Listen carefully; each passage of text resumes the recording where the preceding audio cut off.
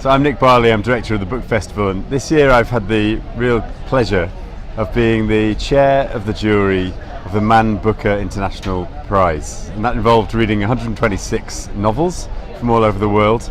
And today I wanted to talk with the German but Swiss-based novelist Heinz Helle about his extraordinary novel, which is called Euphoria. I have to say that when the judges read it, some of us loved it and some of us found it extremely disturbing. And I wanted to start with that, Heinz. Just tell us about the setting for Euphoria. It is disturbing indeed. It's a certain post-apocalyptic scenery. It is not clear what has happened. Civilization as we know it is completely gone. And there's a group of 5 friends who come back from a weekend in a cabin in the mountains in Austria.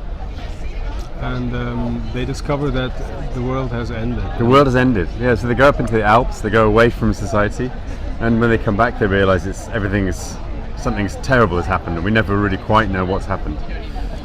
Exactly, and that's for me basically the point, because it's not what interested me is not why world ends, but what we will do if we are to be confronted with that. And so there are some extremely dark scenes in this novel, some which I won't talk about, but some, for example, a bird which has its head chopped off, which they decide to cook, the skewer, and cook in a fire, and they eat the bird, and it tastes putrid and rancid. And so this is typical of the kind of situation they find themselves in, where it's really hard to survive. So why did you want to put the characters in this extreme position? It's more or less like an experiment. It's a setting. I tried to take these 5 characters and then remove all barriers of civilization, and then see what happens, how they react, how they interact. Like they become more or less chemical substances, and within the process we see how this whole thing. It doesn't really blow up, but it slows down actually until it freezes. And of course, I don't know if that's the way it's going to be, but to me that seemed quite plausible. And it's more or less a meditation on the end. Yeah, on the end. On the end. Yeah. But it's a version of the end, if you like, which makes Cormac McCarthy's The Road seem like a picnic in a family picnic in a park. Sometimes it gets really dark, but there's something nevertheless very human about the characters. It's in all the bleakness, there's nevertheless a kind of humanity in these figures in the end.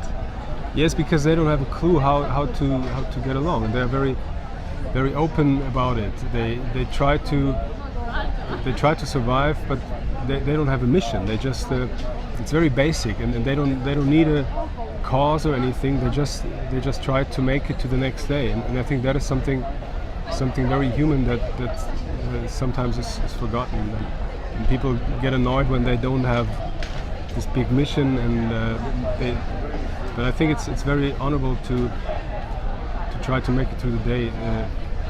We've chosen to put you together with a writer called Louise Wells, just a Scottish writer. Yes. I don't know if you're aware of her work at all, or I've read the latest book. Right. Yeah. And did you feel there were resonances, or did you feel the books were moving apart? No, they are very closely connected. In fact, I mean, her approach, of course, is quite different. Yeah. I discovered this one sentence that really struck me. I just read it yesterday, and I think it's without the children, this whole thing doesn't make any sense. And I think that's at the heart of my novel as well. It's not as explicitly in there, but they somehow realize that it needs to go on. They need to find a way to reproduce in the end, or have a certain kind of future. And maybe that's it doesn't seem to be a very human goal other than animalistic, but I think it is. Yeah. Well, I was really excited to read this novel. I'm thrilled that you've come to Edinburgh to talk about it, and I really hope people will come along and listen to this quite astonishing and unforgettable novel. So thanks for coming to see us. Thank you so much.